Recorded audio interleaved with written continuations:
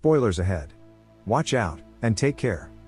The movie begins with Clayton Hammond, a writer, captivating the audience during the reading of his new book, The Words.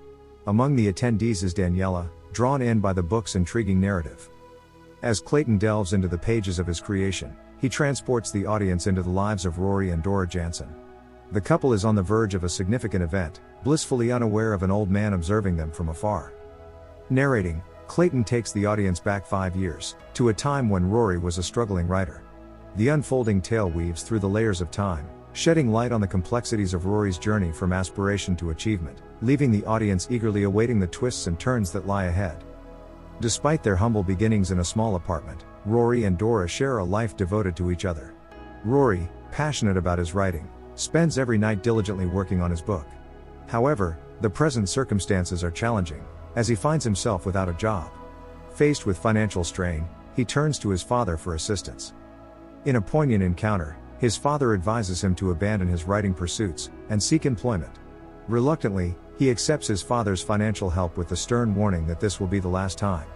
The weight of responsibility and expectations press upon him, as he contemplates the choice between dreams and practicality. Undeterred by the rejections from numerous publishers, Rory, weary but resilient, decides to join a book publishing company, hoping that this experience might pave the way for his aspirations as a writer. As the nights grow longer and Dora questions him about his reluctance to continue his book, he confesses his weariness. In a testament to their commitment, they decide to get married. Their honeymoon in Paris becomes a memorable chapter in their lives. While exploring the enchanting city, they chance upon an antique shop, where Rory discovers a book that captivates him. Touched by this find, Dora purchases the book, and the couple joyfully celebrates their honeymoon in the City of Lights. After a period of anticipation, he finally receives the call he has been eagerly waiting for. A publisher expresses admiration for his book. However, the elation is short-lived as the publisher delivers a disheartening blow. Despite the book's merits, no marketing team is willing to take on its publication. It's a bitter pill to swallow after investing 3 years of hard work into a manuscript, only to face rejection. Undeterred, he persists in his attempts to secure a publishing deal, sending out numerous requests to various companies, only to encounter consistent rejection. Frustrated and disheartened, he reaches a breaking point, and discards his manuscript in the dustbin. Amidst the disappointment, a surprising twist occurs when he stumbles upon an old paper file while transferring his documents. As he sifts through the aged pages, he discovers a forgotten narrative. Intriguingly, it's a story he doesn't recall writing or even knowing its author. The mystery deepens as he contemplates the origin of the unearthed tale. During a dinner outing with his wife and friends, the enigma of the forgotten story haunts him. Overwhelmed by the stress of the situation, he abruptly excuses himself from the dinner table, leaving his loved ones bewildered and concerned about the sudden change in his demeanor. After a disagreement with Dora at night, he finds himself unable to sleep, troubled by the unresolved issue. Seeking solace, he begins transcribing the mysterious story from the old papers onto his computer. In a determined effort, he reproduces the entire narrative to know how it feels to write something truly great. The next morning, Dora reads the story on the computer, mistakenly assuming Rory wrote it. Impressed by the tale, she declares it the best story she has ever read, and encourages him to share it with a publisher at work. Meeting with the publisher, Joseph Cutler, Rory hands over a copy of the story. Days pass, and engrossed in his daily routine, he nearly forgets about the story. However, Cutler surprises him with a call, expressing his admiration for the story, and his desire to publish it. Excited by this unexpected turn of events, Rory signs a contract with the publisher, and soon the book gains widespread acclaim, and he receives an award for the book, The Window Tears. As Clayton continues narrating the story, he takes a 30-minute break.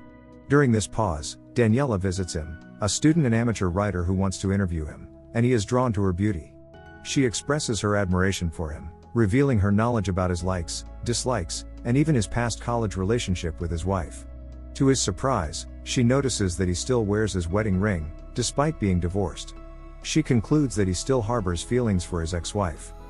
Their conversation is interrupted when a man arrives to call them back for the book reading. Clayton resumes the narration, recounting the events the day after Rory receives the award.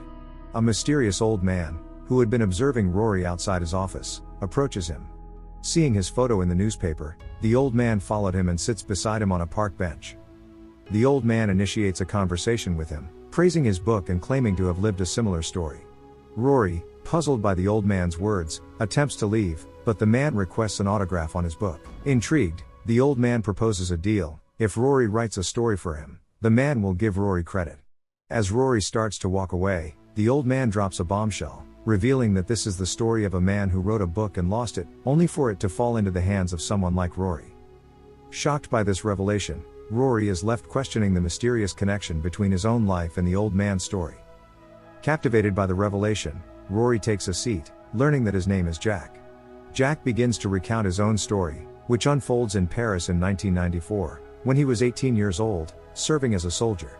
Despite his work in the mines, Jack found solace in books, immersing himself in their worlds. One fateful day, Jack encounters Celia, a French waitress, and the two fall deeply in love. Upon his discharge from the army, he returns to Celia's city, but finds himself unable to shake the yearning for her. Determined to be with her, he returns to Paris, secures a journalist job, and eventually marries her. Their happiness is short-lived as tragedy strikes. The couple loses their daughter to illness. Overwhelmed with grief, she leaves a poignant letter for him before departing. Reading the letter, he breaks down, his tears a testament to the pain and heartache that life has dealt him. After reflecting on his life, he decides to document his experiences, pouring his heart into a beautiful story that takes him 2 weeks to complete. Filled with emotion, he goes to meet Celia, carrying the completed book in a bag, as a gift for her. However, their reunion takes an unexpected turn when a fight erupts over the loss of the book.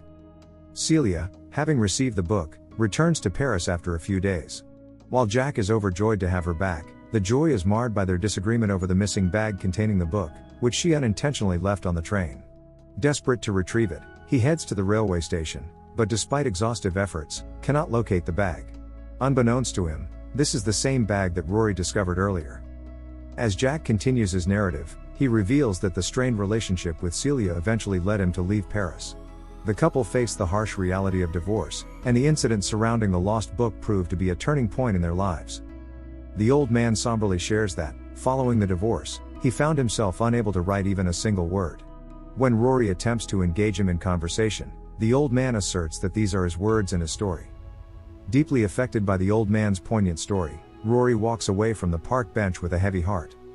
Meanwhile, back at the public reading, Clayton concludes the event, urging his fans to buy the book to unravel its conclusion. Daniela, eager to know the ending, accompanies Clayton to his apartment, where she persuades him to reveal the final chapters. In response, Clayton discloses that Rory, in the story, opens up about the genesis of his narrative. He confesses the truth first to his wife, and later to the publisher Cutler. Rory expresses his desire to credit the old man as the true author. However, Cutler vehemently opposes this idea, warning that such a revelation would irreparably harm their reputations. Instead, he suggests offering the old man a share of the book's profits as a compromise. Determined to compensate the old man, Rory tracks him down at a plant nursery, intending to offer him money. However, the old man refuses the payment, opting to share a poignant revelation instead. He recounts an unexpected encounter with Celia years after his divorce. Observing her at a train station with a new husband and a young son, the old man emphasizes the resilience of people, highlighting that individuals often move on from their past mistakes, and Rory will too. This encounter becomes a catalyst for Rory's understanding that life continues, and allows for growth beyond hardships. As Clayton faces Daniela's persistent inquiries, he discloses that the old man passed away shortly after Rory's second meeting with him. The secret of the manuscript's true author died with the old man. Daniela astutely deduces that the words is in fact an autobiographical work, with Rory serving as Clayton's surrogate.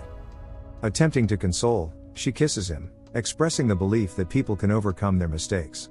But he pulls away, telling her there is a fine line between life and fiction.